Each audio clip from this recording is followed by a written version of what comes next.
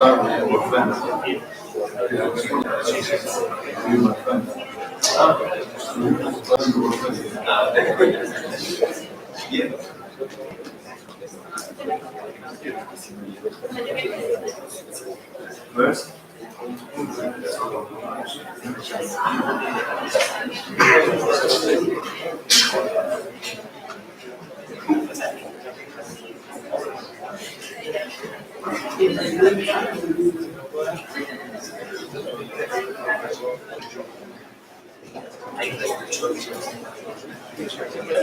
lo que hacemos es que le guardamos como material para mañana. Sí, ya se ve que se va a funcionar fuera.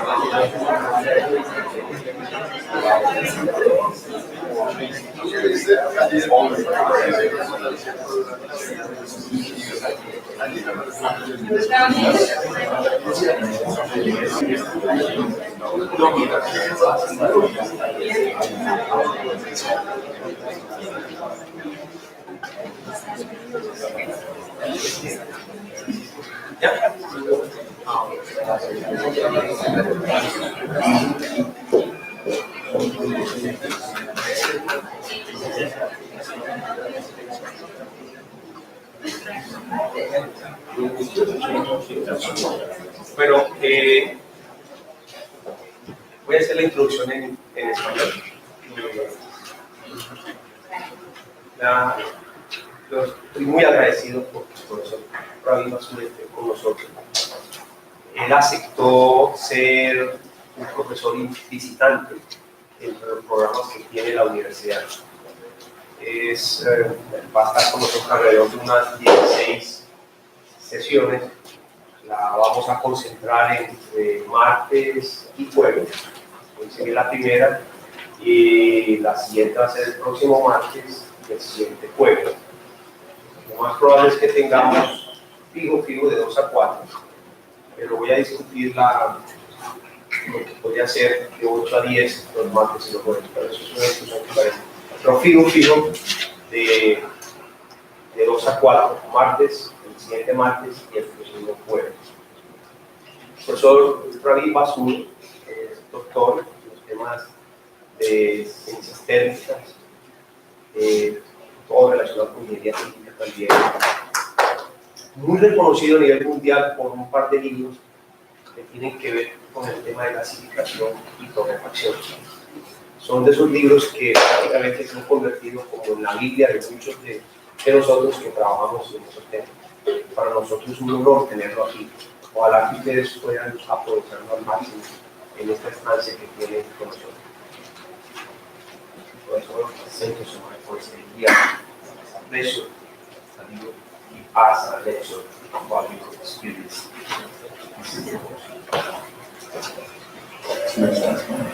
Yes.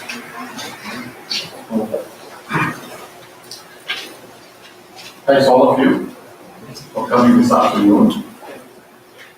It has been a great honor. And can you all hear me back? Yes. It has been a great honor to be invited back to the beautiful city of Medellin. Did I pronounce this correct? Correct. Okay. Next couple of days, we'll be talking about sustainable energy conversion. This is, in fact, a part of a course that I teach at Dallas University called Energy Conversion 4810, but I modified the course content, adding sustainability component to that and taking out non-sustainable part from that. So it is a rebranded, modified version of energy conversion. And this, those of you who do not know where I come from, this is Nova Scotia. It's a sort of land or an island, part of Canada. It's connected to the mainland with a stretch of only 21 kilometers and had a small population of about 1 million. And here we are. I started early morning yesterday, 5 o'clock, left home, and here was, did I arrive at 1 o'clock or what? Yeah, sort of that. Now, how to describe my hometown? The best description of hometown would be not the lobster, not the fish, but the birthplace of kerosene oil. The kerosene oil, which is used all over the world, that actually was developed in the city of Halifax. Interestingly, not by any engineer, not by any chemist, by a medicine doctor, Abraham Gessner. So we take special pride on that. Okay, so we have here two components to this talk today. One is energy.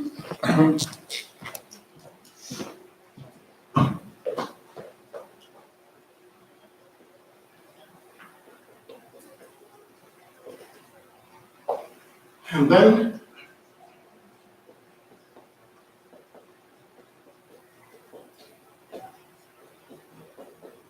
sustainability. And I apologize to you in advance. I'll start with a very, very provocative statement. The statements are, we are, when I said we, I always refer to my generation, not your generation.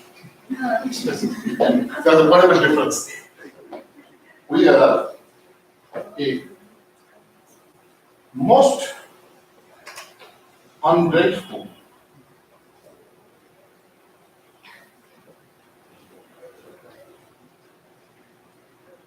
this is number one. Number two, most self-centered.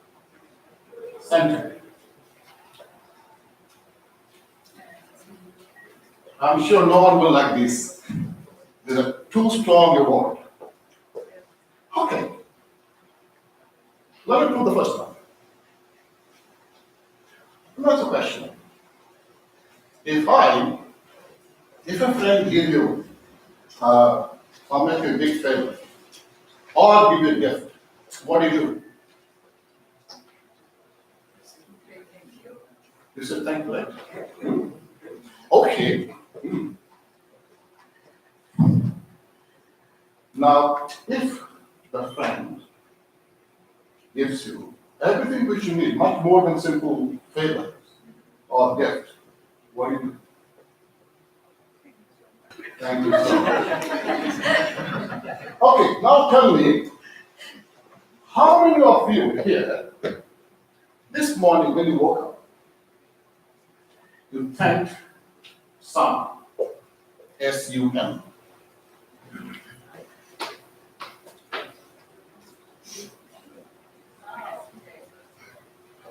Is there anyone in this classroom thank sun?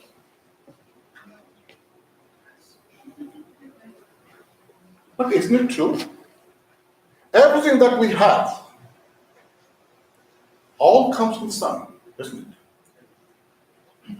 Our whole existence depends and governed by the sun. The word energy that we talk about, it all comes from the sun. Yet we do not ever say thank you. So that being the current state of affairs of our gratitude, so was it incorrect in saying that we are most ungrateful?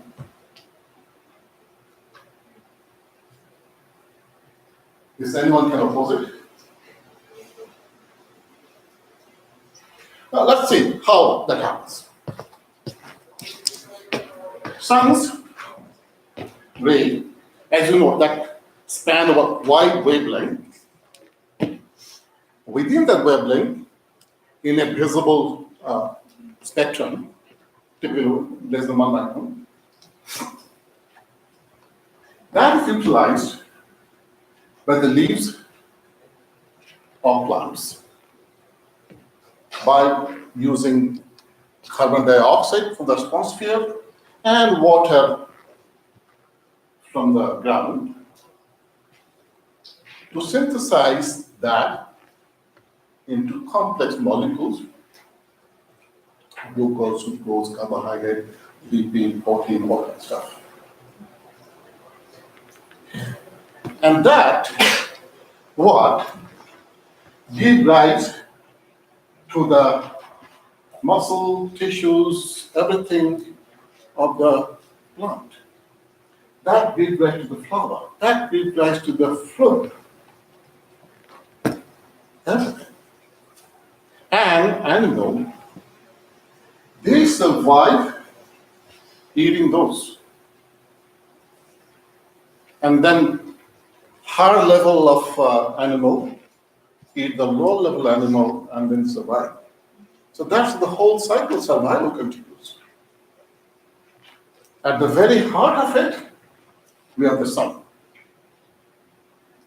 So when I said that sun is the original source of energy, this is what I meant.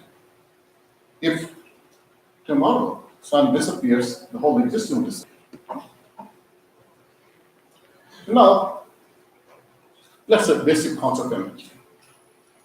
Before I go into this, I will apologize. Some of the things are very, very elementary, almost high school level stuff. So please forgive me for going on to that. Energy, the ability to doing the work. And we all know energy cannot be created or destroyed, but we can convert it from one from the other. And we all know the energy in the world is constant. Now what we're going to do, look at classification of energy.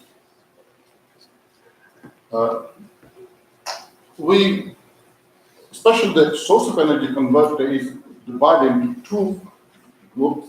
One is primary energy, other is secondary energy, particularly the source of energy. Now, what is primary energy?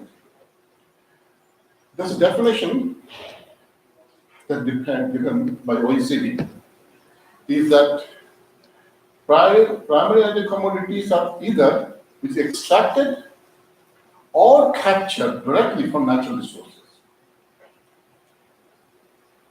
Extracted, for example, like extract oil or coal from the ground, or they captured wind or solar energy from the sun. So examples are crude oil, coal, and so on. All renewable energy sources are primary sources. What about secondary energy?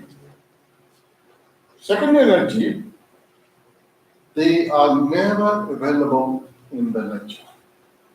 They have to come from another form of primary energy. And this definition is, it comes from transformation of primary energy, but how?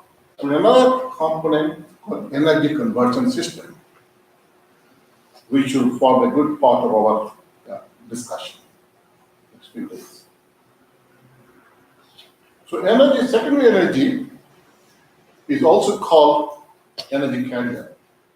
It carries energy to the final user. For example, the electricity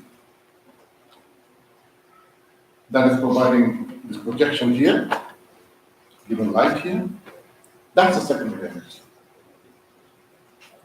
Or it is also, in some sense, carries energy from whatever source it is made, I do not know if it's hydro or whatever it is, to this. Now, here is a good example that shows primary energy and secondary energy. As you can see, the two primary energy, two main groups, non-renewable and renewable. Non-renewable are those which have finite resource and they will be depleted with use, they are not replaced. Renewable are never exhausted, they are renewed.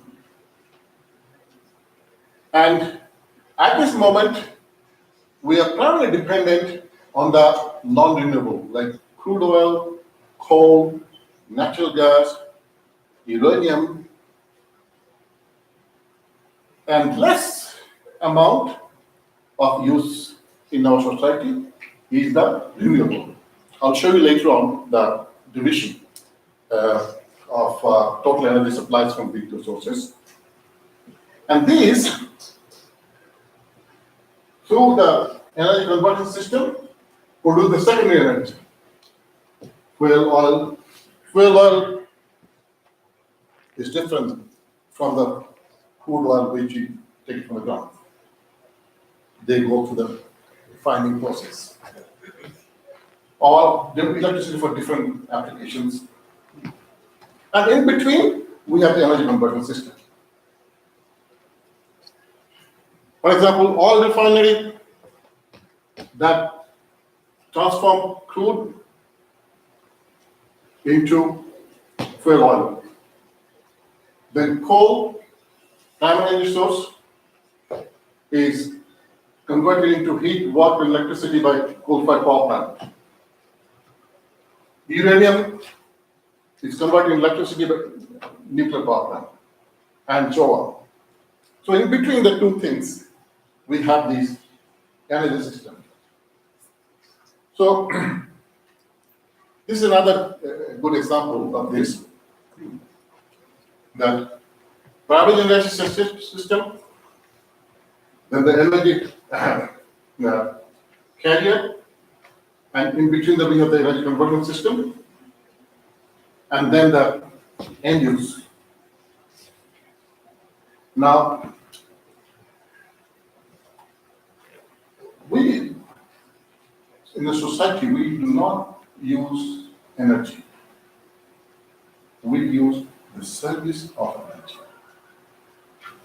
We cannot need electricity.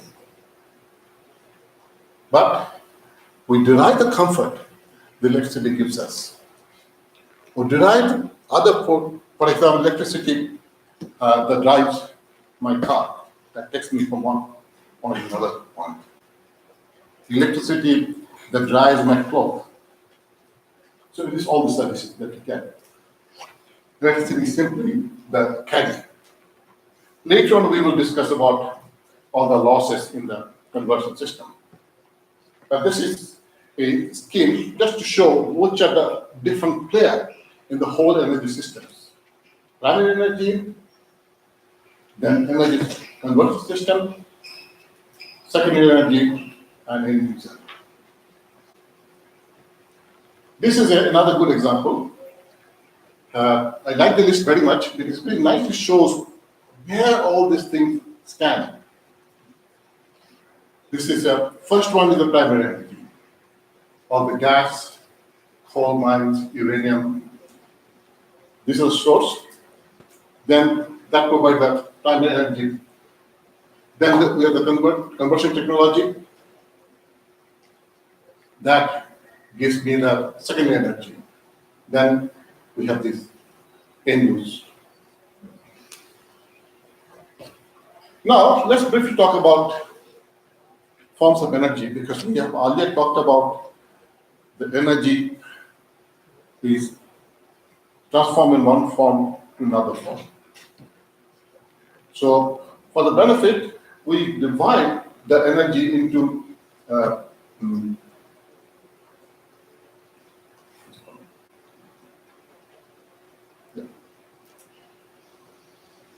two main forms: stored energy, potential energy, or dynamic or kinetic energy. Now, these are generic form, but very rarely we use this term. We mostly use a subdivision of this term, like chemical energy, thermal energy, mechanical energy, electrical energy, nuclear energy. I use this one particularly to show you in our typical automobile how the transformation takes place. For example, here is the gasoline molecule where chemical energy is stored in the bonds. And when they burn in the cylinder, the chemical energy transforms into thermal energy. And then the heat that expands the gas and push the cylinder down, which is a transformation of the thermal energy to mechanical energy. And that mechanical energy run the crankshaft, and then which is connected to a electric motor that produces a generator, produces electricity. So this way we can trace all the different form of energy transformation. Definition is another energy. Here's another my favorite picture for different form of energy. Food we eat, match, these are all transformation of chemical energy. Electrical energy, of course, very easy to understand. Power lines, lighting. The electromagnetic energy that you very often use, but you often forget. Our visible light, infrared radiation, radio waves, Wi-Fi, everything. This is all part of the long electromagnetic radiation. Then the nuclear energy, as you know, essentially comes from the sun. And mechanical energy, any mechanical motions, the mechanical energy. And thermal energy, I can't drink my coffee unless it's sufficiently hot. So that's my requirement of thermal energy. Okay. Now, how this energy conversion takes place? This is a good example. Mechanical energy is converted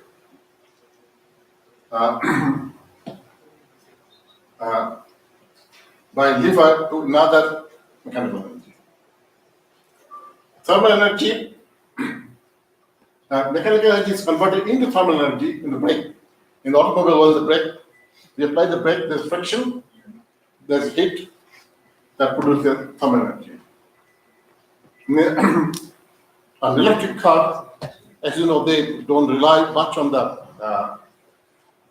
frictional brake. They have a generator. When you apply the brake, the generator kicks in, that applies the opposite force. So that produces electrical energy. Similarly, mechanical energy, which is my sticking the matchstick, that convert into chemical energy. Particle accelerator that convert mechanical energy into nuclear energy. So these are the example of energy conversion from one form to the other.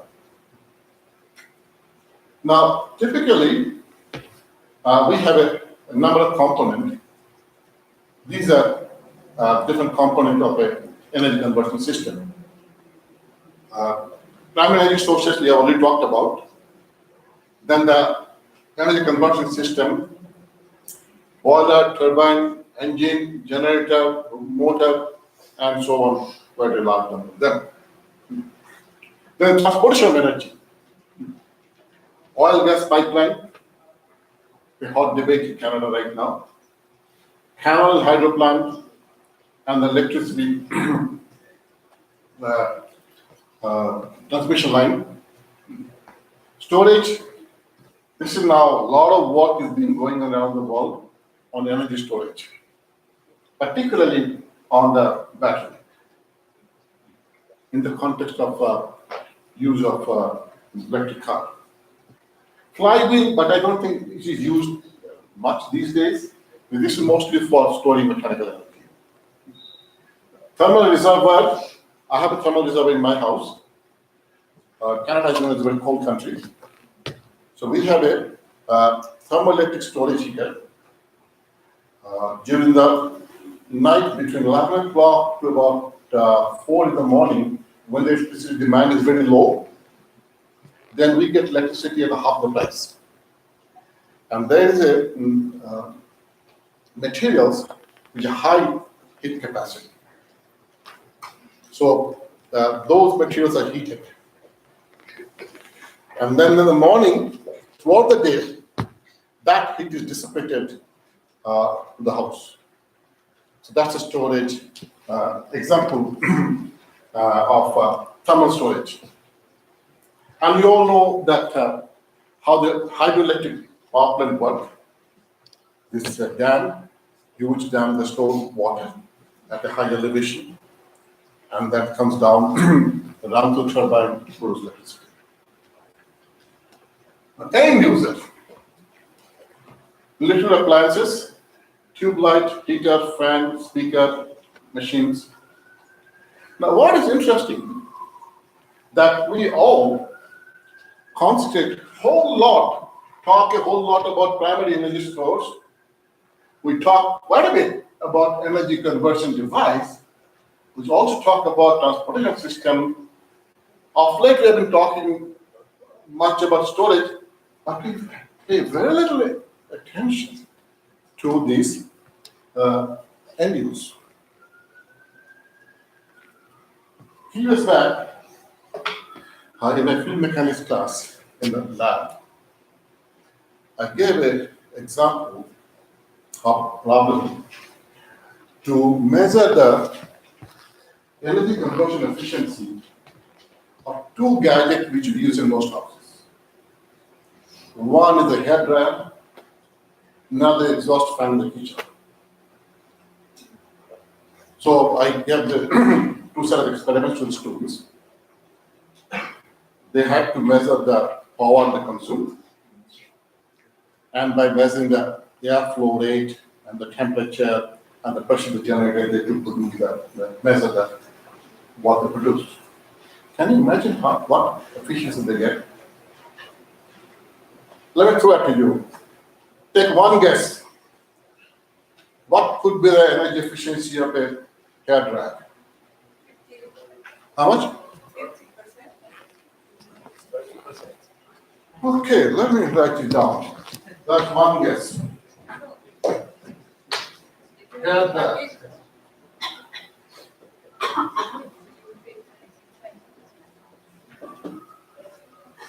Any other suggestion? 20, okay.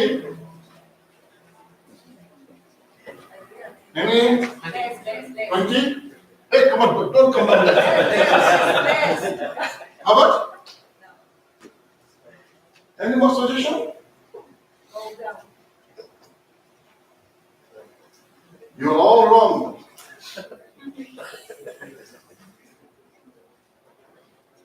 This had an unbelievable efficiency of about.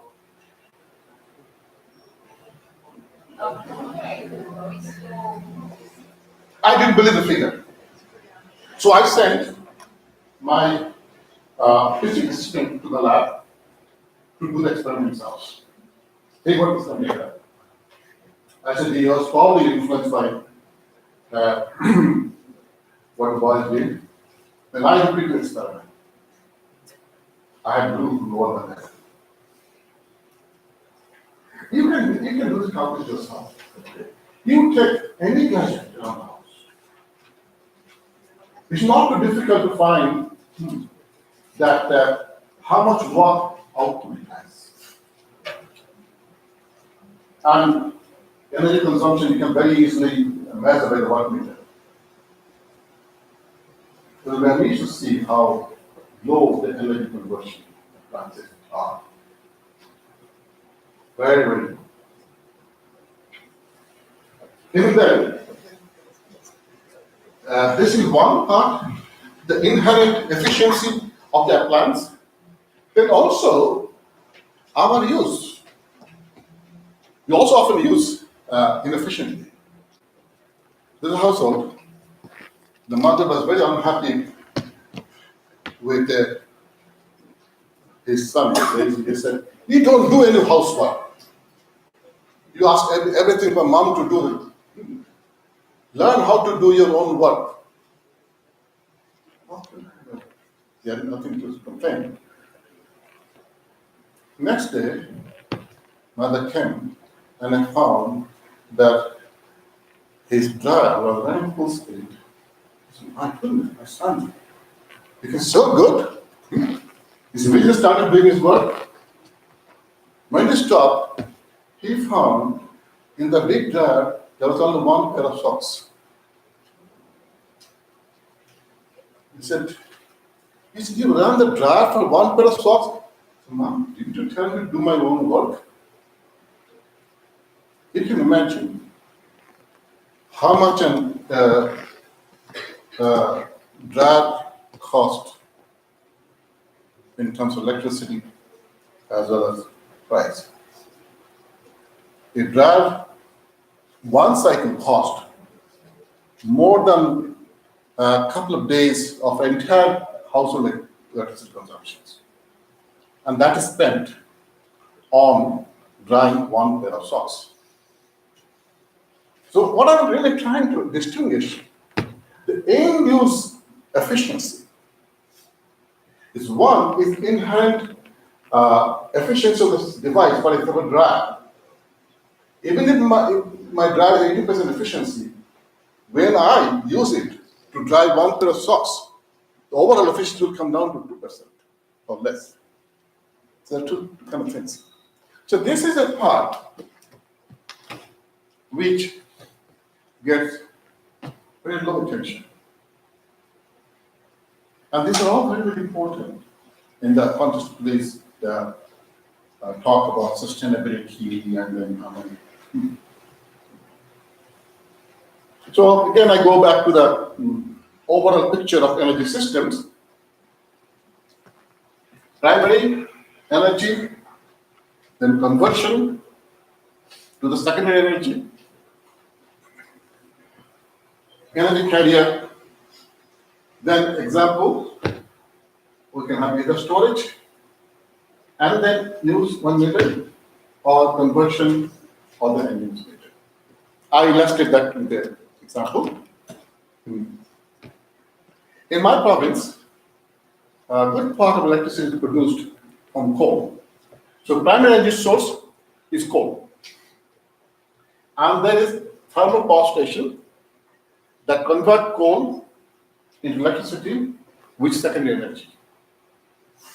And that is transported over, first with the high voltage transmission line, then to low voltage transmission line to my house. During the night, as I mentioned earlier, this electricity is stored in my thermal storage heater, which I use during the day. And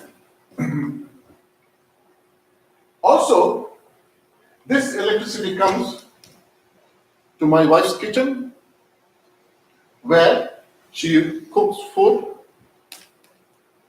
So we have cooked food. So we have this how we run the entire source from primary energy source down to the service. And each component has its distinction. This is another energy chain. Yeah, I'm sure that you can all identify the different systems in a typical power plant. Now I would like to introduce the concept of energy currency. What is currency?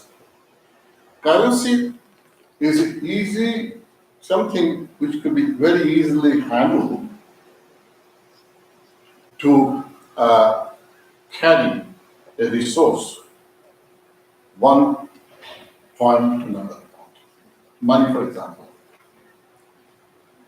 For example, the farmers who work in the field produce grain. And that grain, in the old days, used to be exchanged for buying his groceries or fixing his house. But that is a very inefficient system. So, when the currency developed concept, they exchanged that grain for pesos or dollars, whatever it is. And then people use that, exchange that peso or dollar for whatever services which they want. We have the same concept in the energy business also. Our different resources or different means are linked with the product and services through this currency.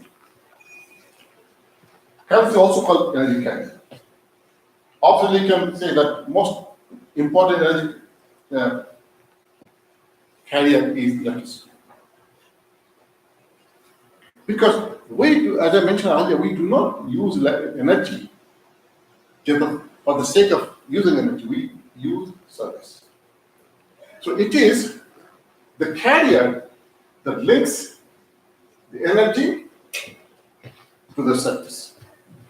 It is that link which is established by electricity. There are other energy carriers also other than electricity, but this is the most common one is EV. Now, obviously, when we convert from one form to the other or convert the energy into service, there is a losses. And losses are inevitable. And they vary a lot. Let me show you some example. Yeah. I will start with the the most inefficient energy converter is Mother Nature. Photosynthesis, global photosynthesis reaction. It is only 0.3%. That says that what fraction of the sun's energy falling on the leaves are actually converted into carbohydrate. Another thing which you might like to see that your part of the world, they have produced a lot of beef. Beef is one of the most inefficient systems. Total energy consumption of beef production is phenomenally high, both beef energy consumption as well as water consumption, only 5 to 10. Milk is no exception, but better. It's about 15 to 20%. But then remember, all these production that I'm talking about, they are modern farms. But if you go back to older farms, where more manual labor, their energy conversion is much higher. Anyway, but what we can see here, in the recent past, there has been enormous improvement in one field, that is visible light. In old days that we used to have incandescent light bulb, they had an efficiency of 2 to 5%. I believe these are the LED bulbs, right? These bulbs, they're exceptionally high, about 90%. So this LED have brought about a huge change in the energy conversion system. So anyway, that gives you a measure of efficiency for energy conversion systems.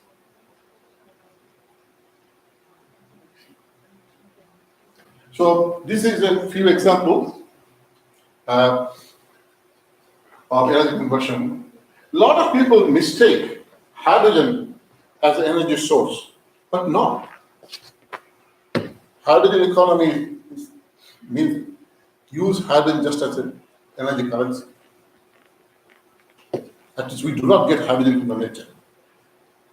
We convert that from reforming natural gas or electrolysis of water or gasification of fossil fuel or biomass fuel. So it is an energy category. And we can use that hydrogen in fuel cell to provide the transportation.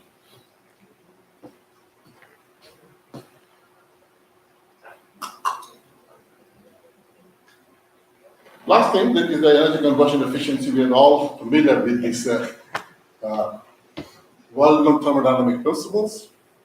That is efficiencies 1 minus loss of the input, and we have a numerical system that in series we just go on continuing multiplying the efficiency, get the overall efficiency. Now I have changed to another thing, energy technology.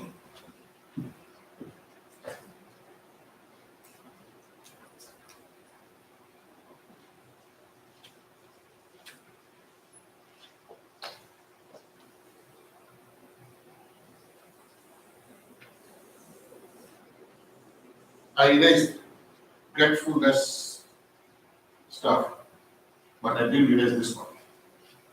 I'll prove that too later on. Okay. Now from here what we learned, that there is a need for improved energy technology. Now energy technology is not something that can grow overnight. There's a time delay from the development concept to the use. So there are 3 types of energy technology depending on maturity. First generation, already in the market, people are using it. Second generation, they're about entering the market. Good example is IC engine cars, diesel car or gasoline car, the first generation. But electric car, the second generation, they're entering the market. Third generation, they're yet to enter the market. In the context of car, I would say it is a fuel cell car. But I have some more examples here. Hybrid electric cars, they have widely used. They started back in 19th century, and in most of the places they are highly competitive. And there's no there's no uncertainty involved in that. The only problem is that first generation energy technologies rely on certain finite amount of resources, and they are declining, diminishing very fast. So we need to look at second generation technology. What is that? Second generation technology, for example, is photovoltaic cells. I mentioned earlier that first generation technology, they are most competitive.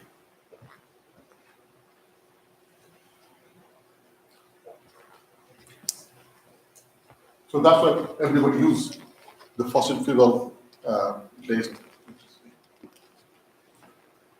But second generation is not used that widely because they are not competitive that much. But you'll be glad, I will show you later on. In the recent past, over the last 10 years, there's been a dramatic drop in the price of electricity from solar cells. Even I'm aware of certain open bidding in India where in a power purchase agreement signed between solar power producers was awarded purely based on the price, without any government subsidy, which means price of electricity on solar cell has come down so much that it is now lower than those coming from coal-based power. And that is going to change the spectrum. I will talk more about when we talk about solar energy. So this is second generation, for which the market is strong and growing, but still not fully adapted yet. Another good example is electric car. Electric car is second generation technology. It is proven and is not being used that very much, but it has strong growth potential because the price of electric car is now highly competitive with the ordinary gasoline car. And if one takes the lifetime operating cost of any electric car is substantially cheaper than any gasoline car, even if you have to pay certain premium. So, energy technology level 2 belong to those categories which has a confirmed future. It hasn't come yet, but it's coming. Third one, which is still in the lab. It's still being worked on in the pilot plant. Now, for example, tidal power station, power plant, fusion energy, and then the fuel cell car, those are in the horizon but haven't come yet.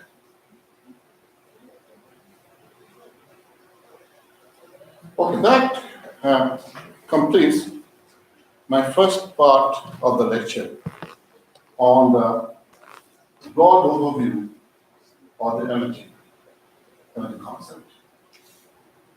Now my second part of this afternoon deliberation is on sustainable energy, sustainability. So, Professor, would you like to have a break or you want me to continue? Vamos a hacer un pequeño receso. Para ustedes de 2 minutos, para el profesor de 5 ya.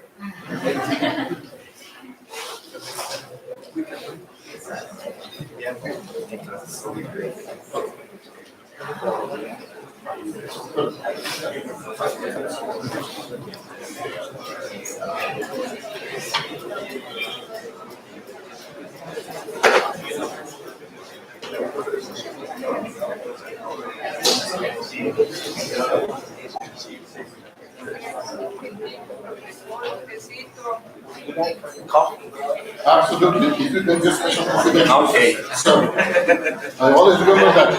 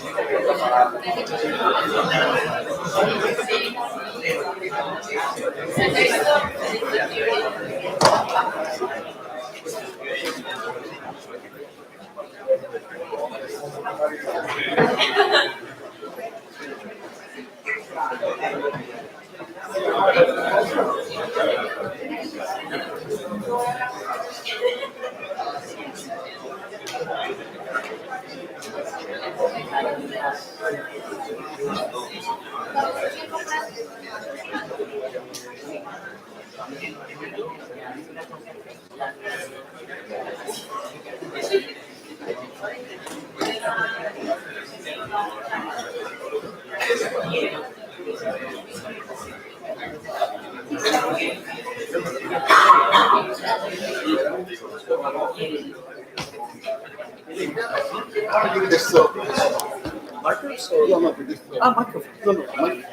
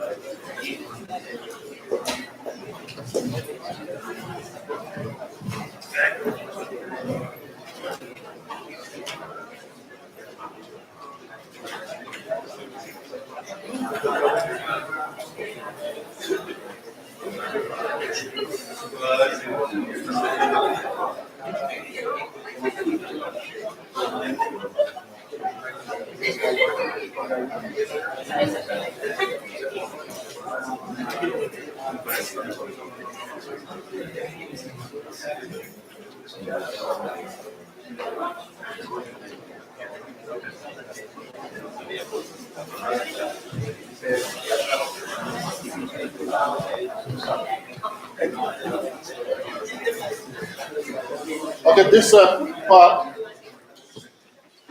would be primarily concerned with the sustainability. Before I begin, I have a surprised gift from Professor Farid Chakne. This is the book that came out, published last month. This book on biomass gasification torrefaction. So I'd like to present that. Muchas gracias. Thank you so much. Thank you so much.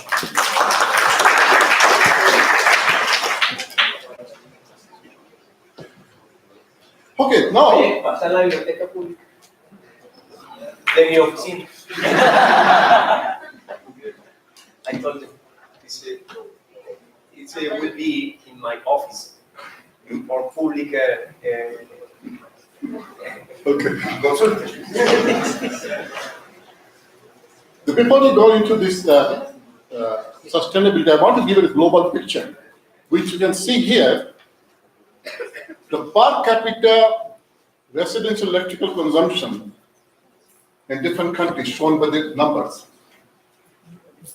As you can see, there's huge disparity around the world. Some countries, Canada, United States, are more than 40 times or 30 times in some of the other countries have consumption. That brings in the debate of sustainability. Now, what is sustainability? Let's say I have a pitcher which I'm filling with water. And if I start taking the water from the bottom of the drum at a rate more than at what rate water is coming into pitcher, in some point of time, no water will be left in the pitcher. Will that end? No.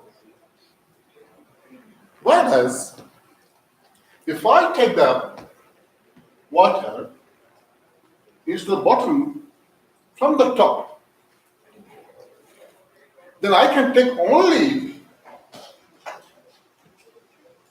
more than maximum what is coming into this pitcher.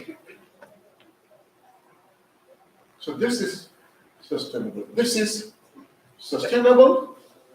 This is not sustainable. The concept is as simple as this. We have finite resource, whatever it is. If I go on using it at a rate at which it is replaced, I will use it up in no time. Now how to define sustainability? There have a lot of debate of the definition of sustainability. And the most accepted definition is given by the Swedish Professor Brundtland. It's the ability of the humanity to ensure that it meets the need of the present without compromising the ability of the future generation to meet their own needs. There are a few other related definitions also.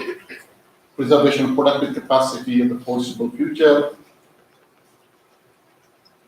Biophysical sustainability means maintaining including life support system, and so on. But big question is, the present generation, which is Generation Y or Generation X, which currently are making about the decision of the world. They are taking decision so that the quality of the life of that generation improves or at least maintains.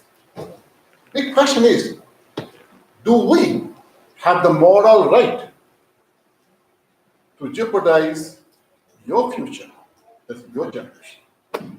That's the big question. Many people, including me, believe we have no moral right to sacrifice the comfort or quality of life of the future generation for our comfort of our generation. Absolutely no. But that's all we are doing. Isn't that very strange and sad? We are polluting this planet. We are using up the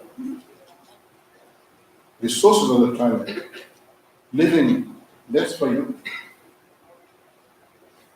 To the extent, no matter how efficient,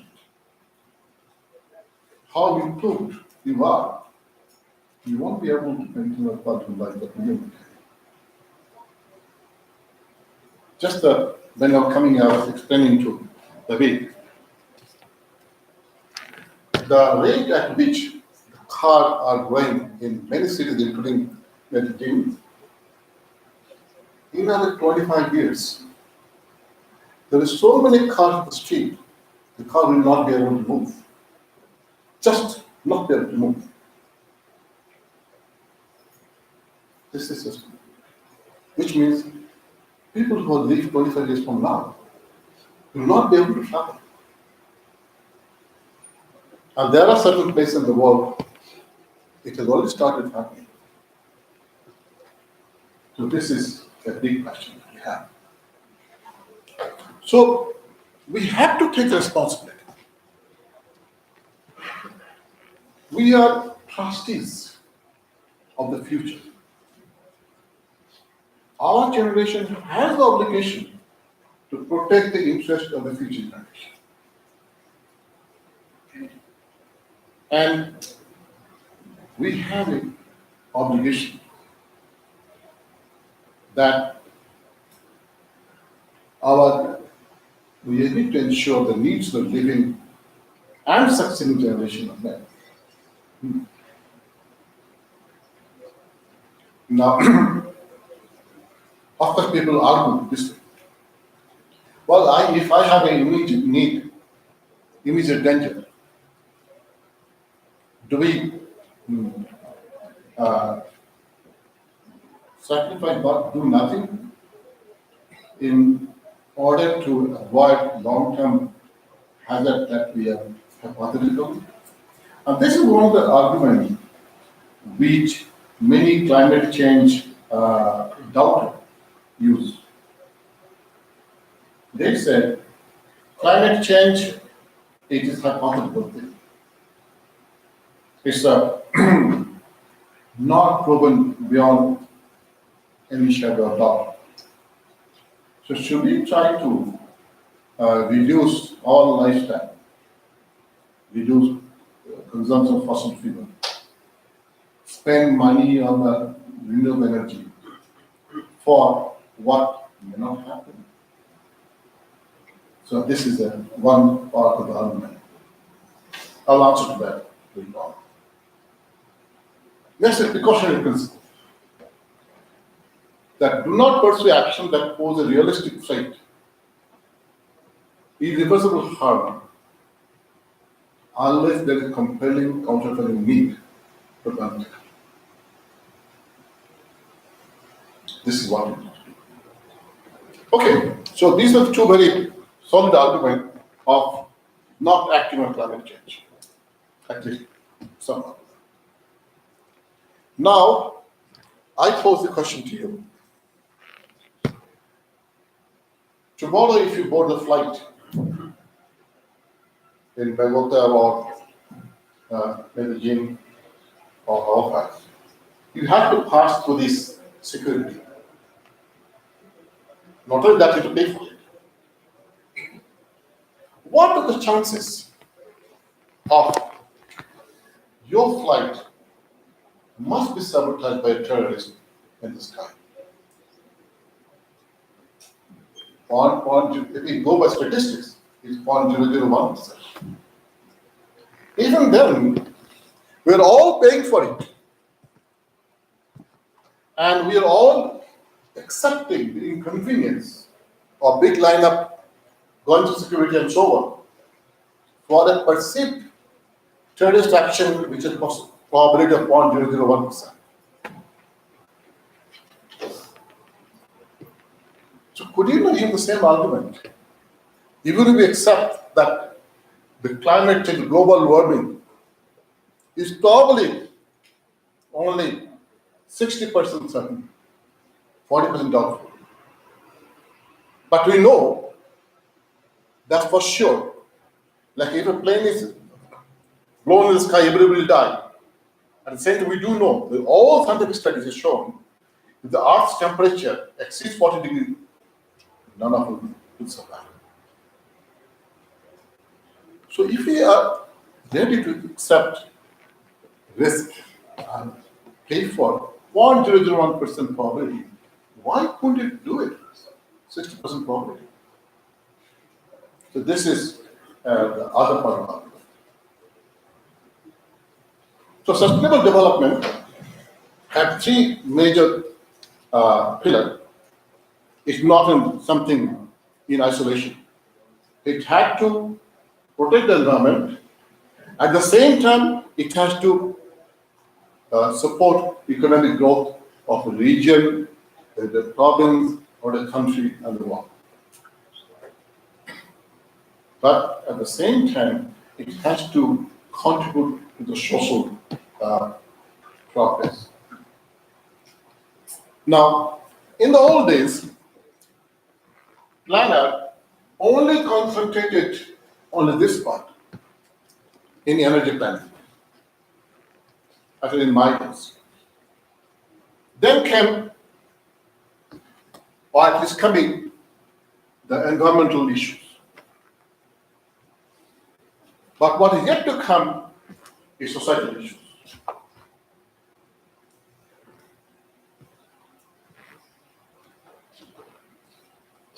Sustainable development is not just mass production of a product. Sustainable development is all-round contribution to the society of better living. And there's a very big difference between those two.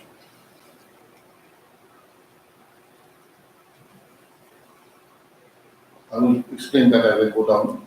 What is the difference? So these are the different elements of social and then environmental and economic.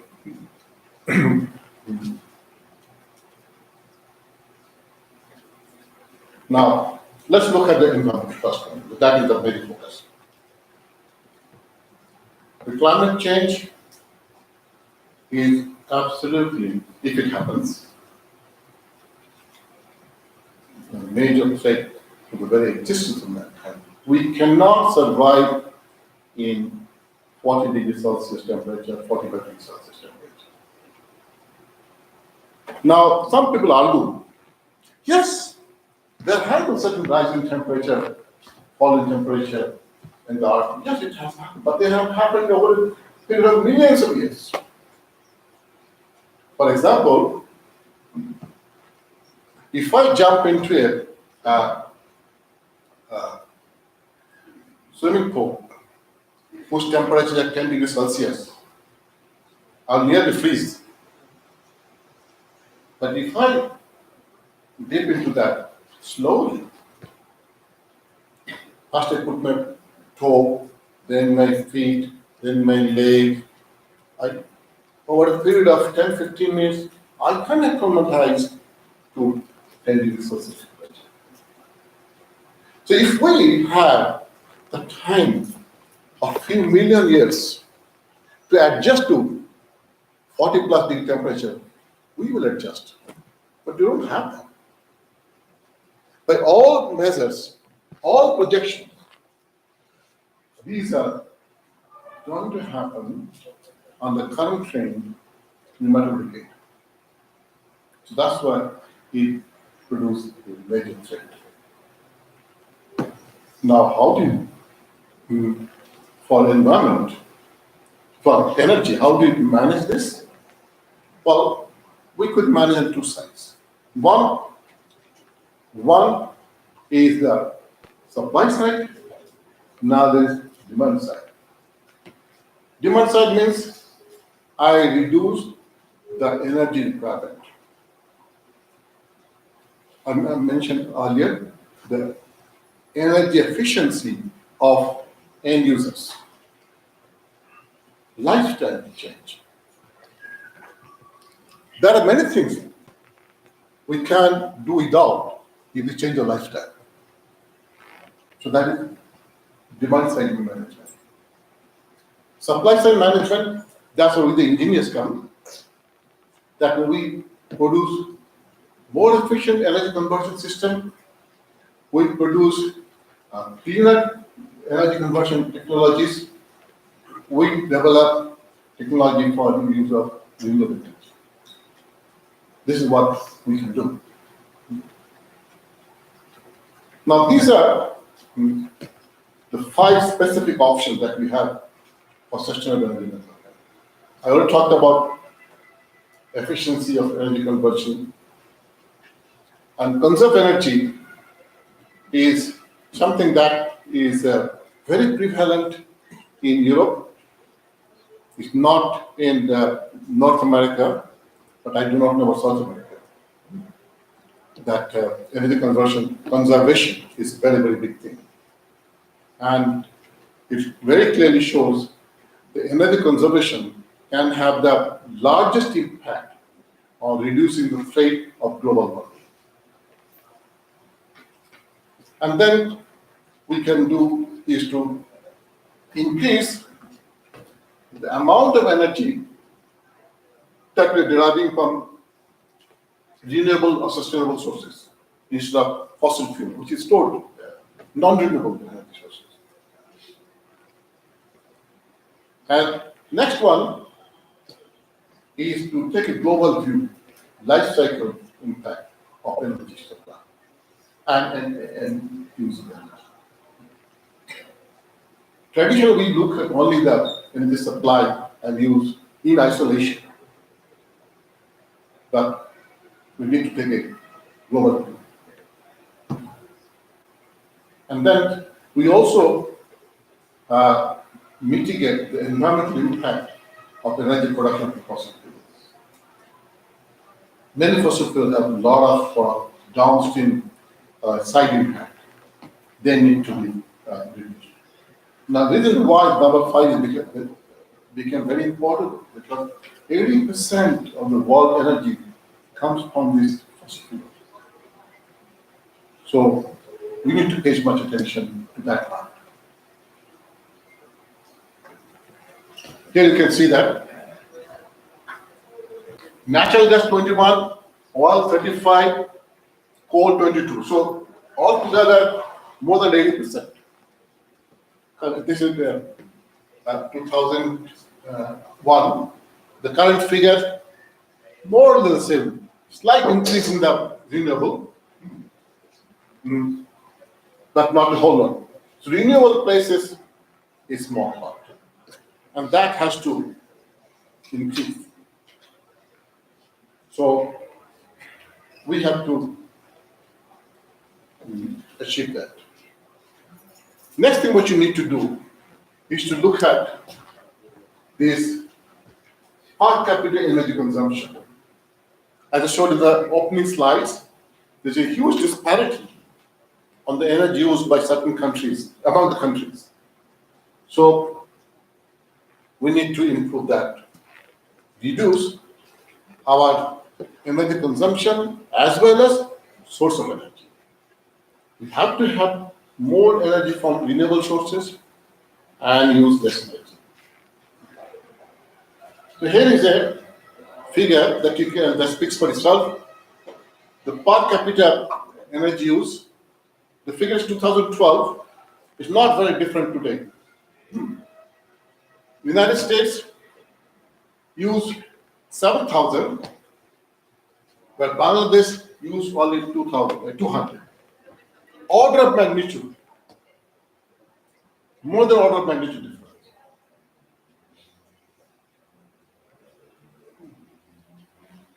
So this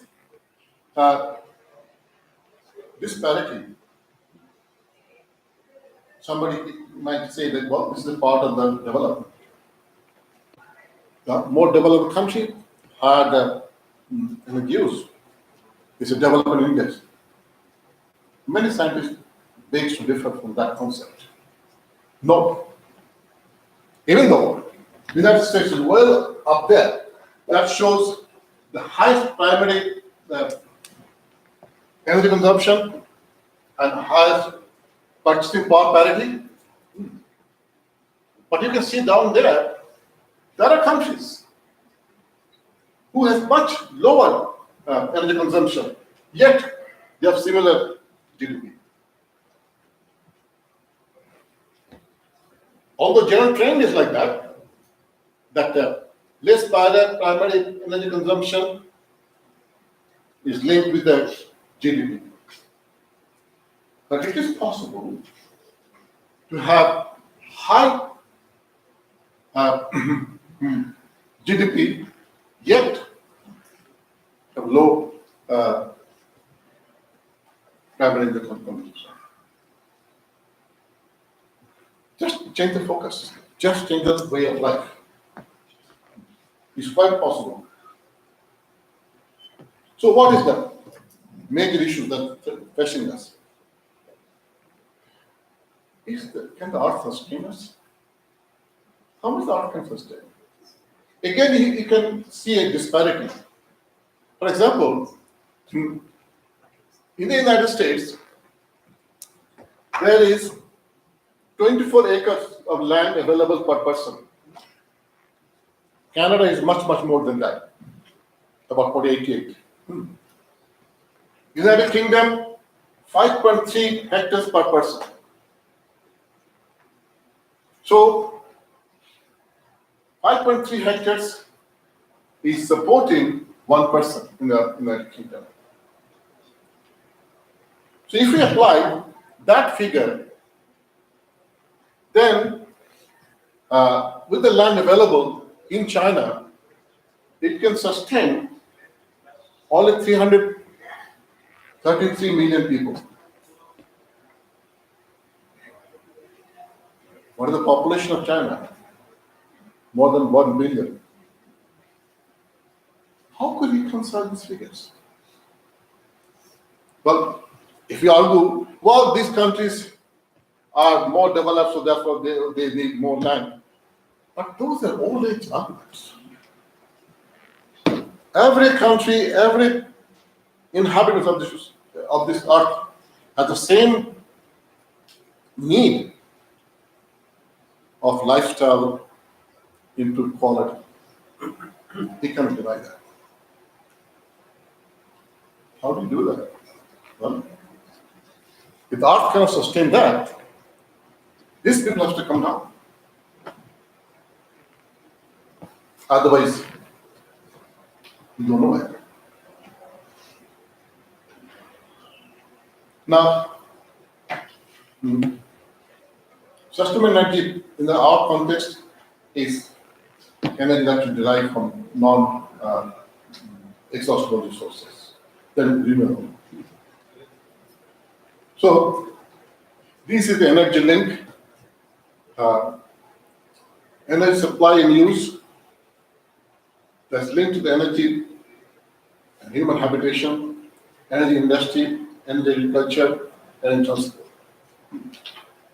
All of this contributes or linked to the greenhouse gas generation. So, there's something that we need to do. But are we ready to do it?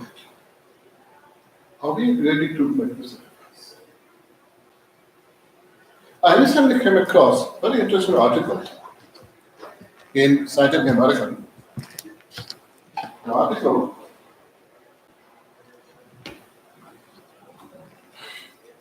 Greed versus Common Good. The challenge is the free market economy mantra, which is if everyone thrives for maximum benefit, the society thrives.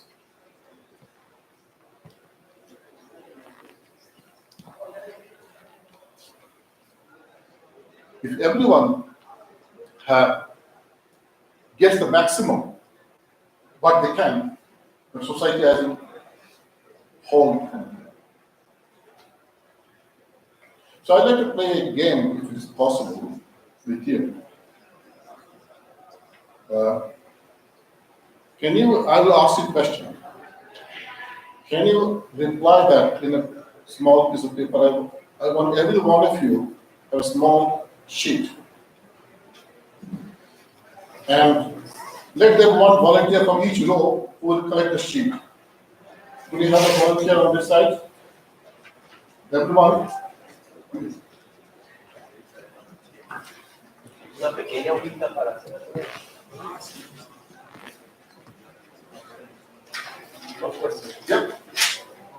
Okay. In your next exam, Of course. if Professor Farid or your professor, who the professor is, decides to give a bonus of 10%, no question asked. If you want it, you get 10%, which means if your grade is 80, it will bump to 90%. No question asked. Please write on a piece of paper if you want it or not. Yes or no. 1%, 10%. And pass on the paper. Oh, by the way, a limited number, a special award could be made who will get 30% if you want it.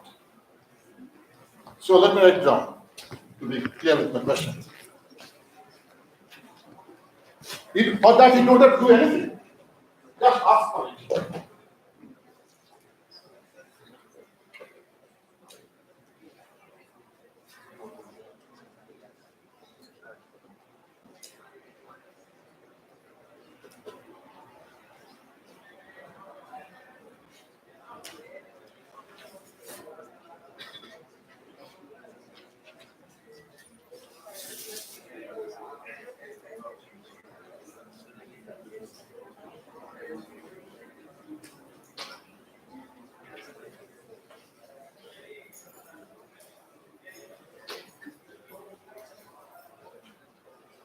So, if instead of 10%, if you ask for 30%, you can get that. But limited number, not everyone. Okay? Are you ready to write it down? What you want? It's confirmation. So, please pass it on paper.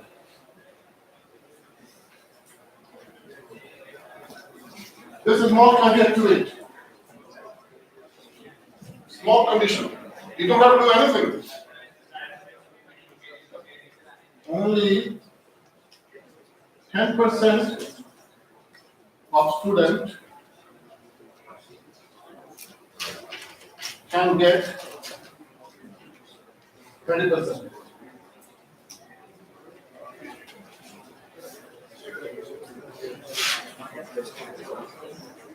So, let's say, of 60 students in the class, only 6 students can get, if that's for it, 20%. But if more than 6 students ask for it, nobody gets anything. So you have a choice. You have a choice of getting 10% bonus or 30% bonus. But if more than 10% of you ask for the 30% bonus, nobody gets anything. Everybody gets 0 bonus.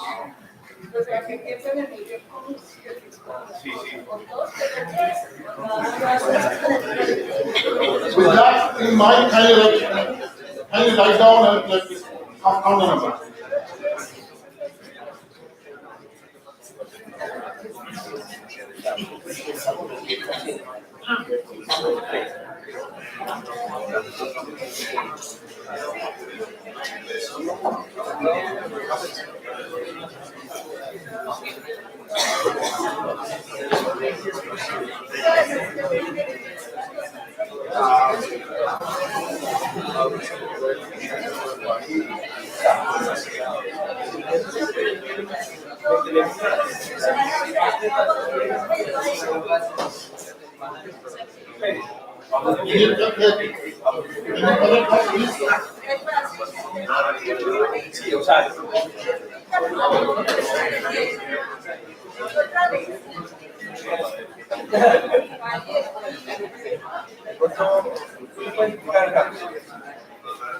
La idea es que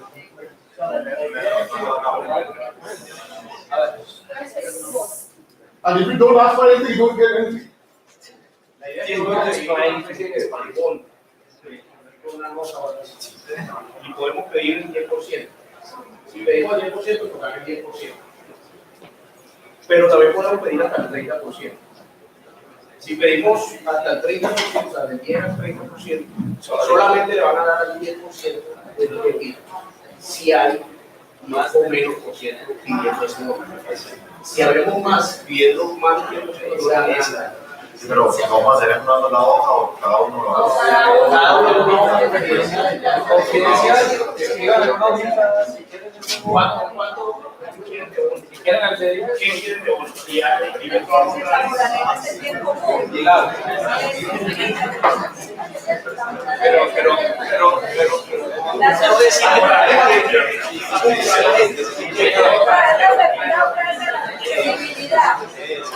pero es que ahora a ver qué pide la gente. Para ver. Para que ya Carlos explicó todo, entonces se perdió ahí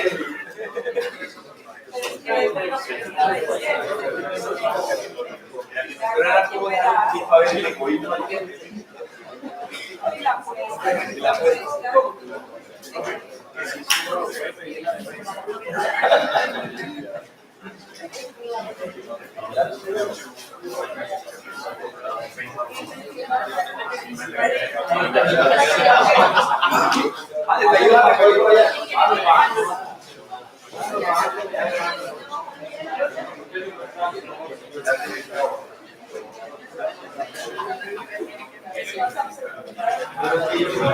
La respuesta va a ser obvia por la explicación que ya me dio. No creas, Ari.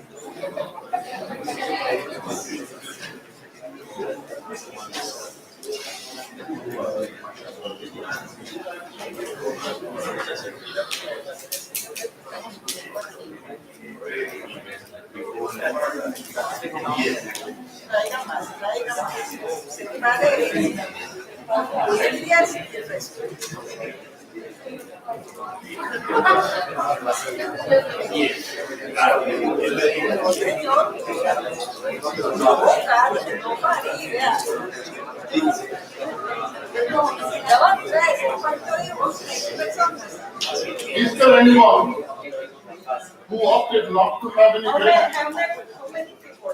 6 people. Can you explain that in Spanish? 6. Is there anyone 6. who 1, 2, 3, 4.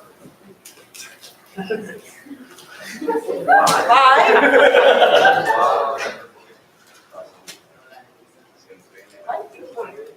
More than 3%. More.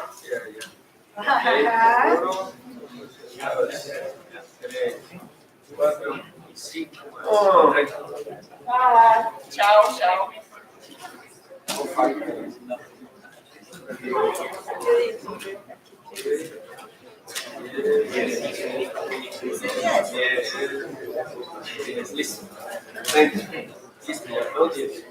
How many? 1,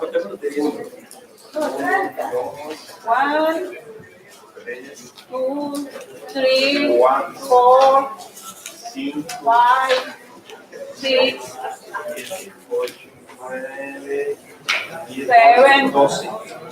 8, 9, 10, 11.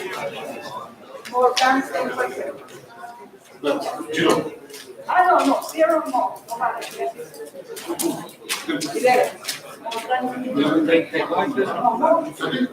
No, they are many. More than 11. more. So, see, some people are for No, there's no point. You look at startups.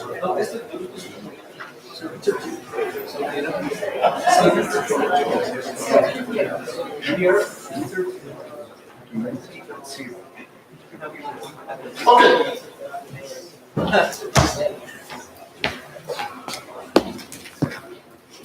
Now, obviously, it's out of 50, 11 wanted more. Nobody gets it. All class kids don't get anything.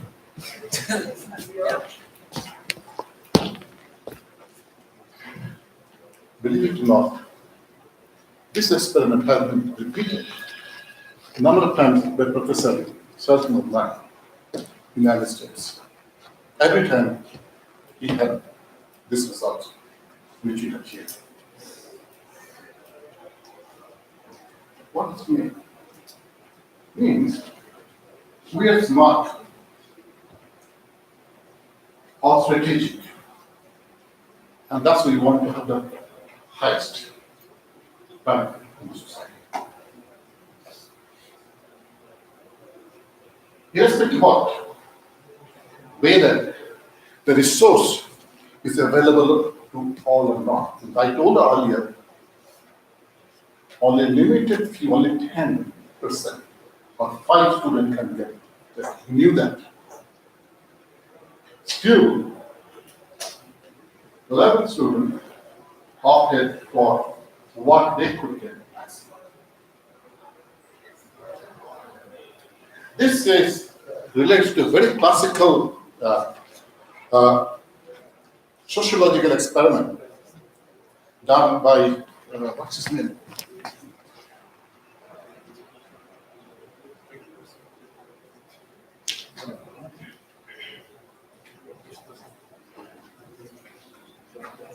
Jared Harding, yeah. In a certain village, they have a pasture for grazing cattle. There's a finite amount of it. And the public is a common. So everyone will send their cattle to graze there. So people wanted to have maximum. In no time, the land finished. No grass was left. Whole community collapsed for that. And that is exactly what is happening. When many individuals act in self-interest, that I want to have the maximum I can, then the whole society collapses. Because society doesn't have infinite resource. So earlier statement where we started, there is no longer free market statement is no longer valid because everyone cannot try to maximum benefits because society does not have that much. Art doesn't have that much. So everyone tries to achieve maximum. So whole thing collapses. What I can do. Next exercise, I was wanted to learn, but I couldn't. I'm late. People started leaving. Was how many of you will opt for no grade? And for that, for each student optimal no grade, I'll take two students who wanted 30%.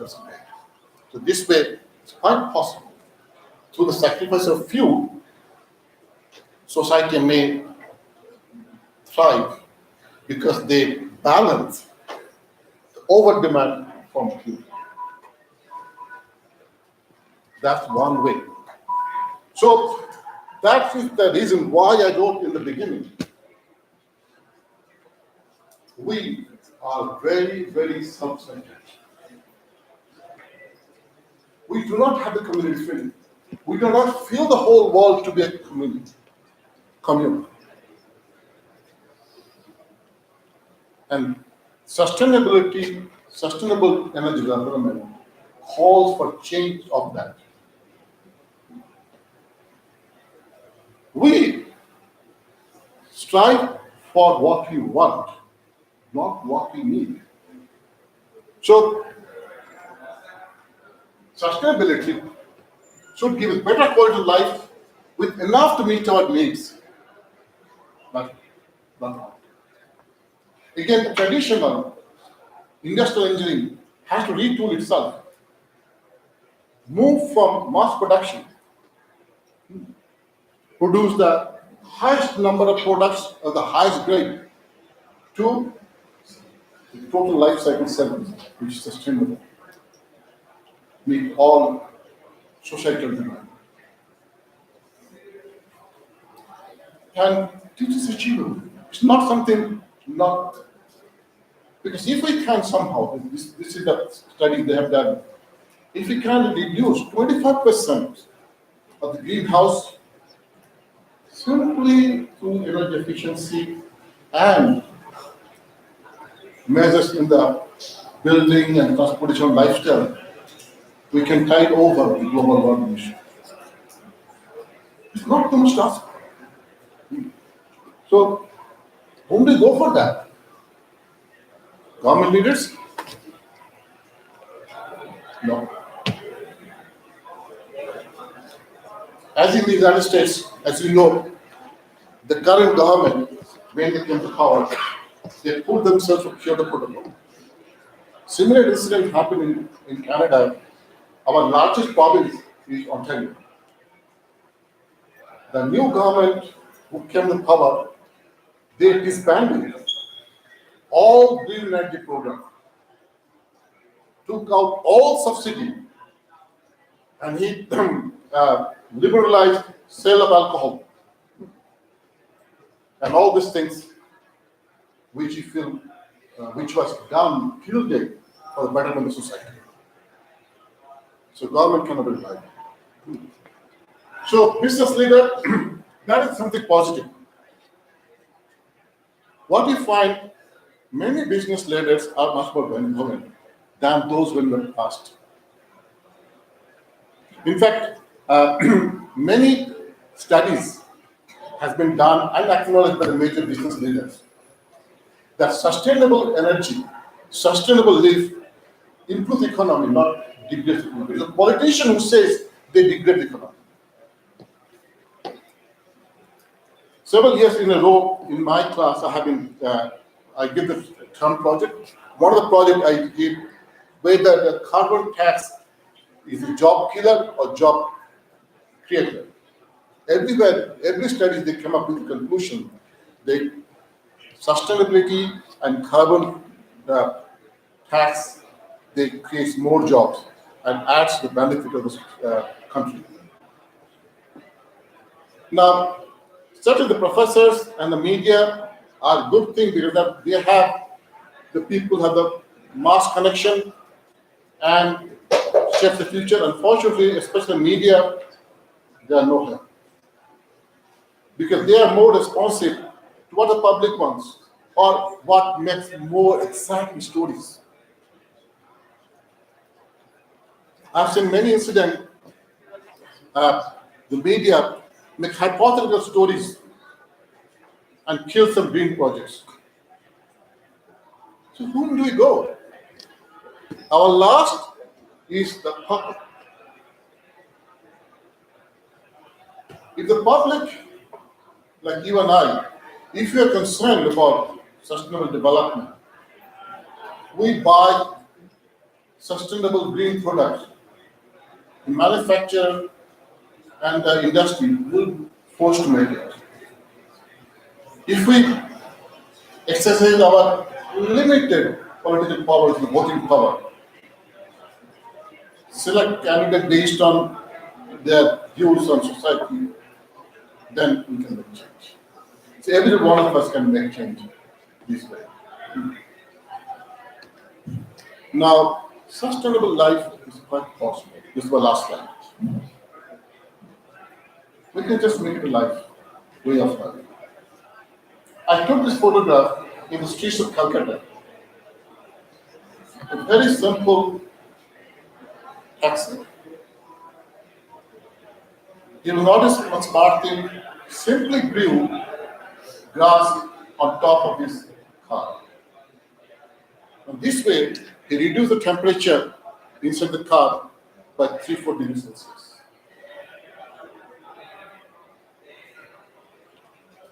This is a simple thing we can all do. So I would like to leave you with the hopes that sustainable development is for your generation. And it is you who can make it happen by all different means. So with that, I will conclude and thank you for attending. And if you have questions, I'll be happy to answer.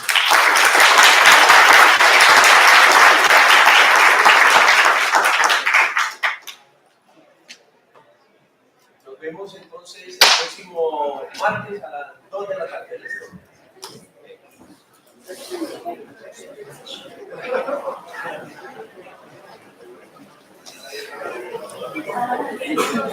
Increíble que sabiendo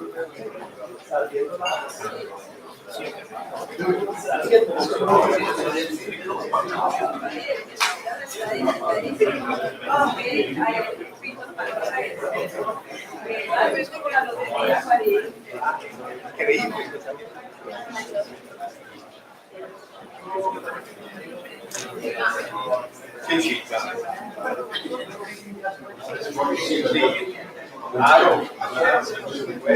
Oye, muchachos, de todas maneras vamos a tener una sesión a las 8. Los que quieran venir, mañana. Martes y jueves.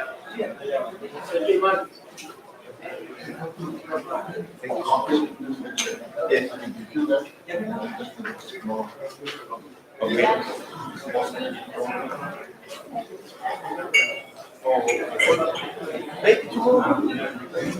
Maybe tomorrow. I would like to take tomorrow. No. I want copy of the video. Yes. I will give you. I will see. No, I don't know.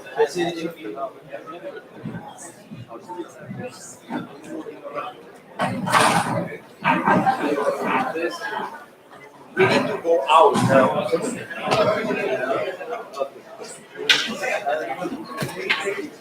Profesor. Y tenía razón todo. Erika tenía razón. Y eso es estrategia. Porque hay que contarlo todo. Pero la mayoría van a proyectar ahí.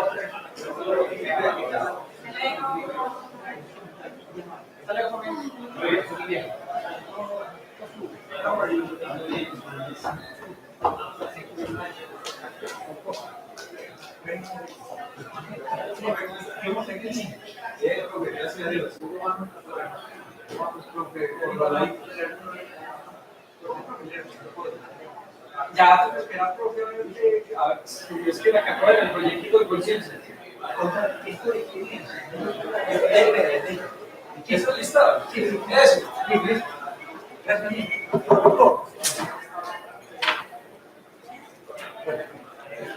La profe, el cochín en la demanda.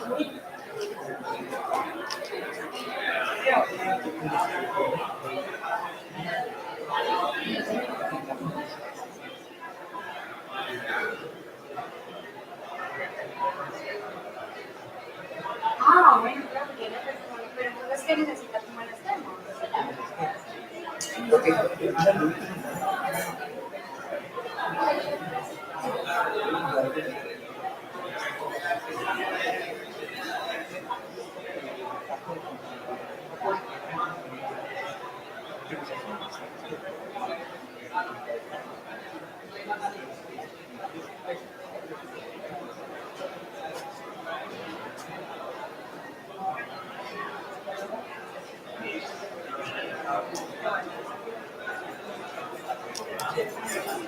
Y para esa producción.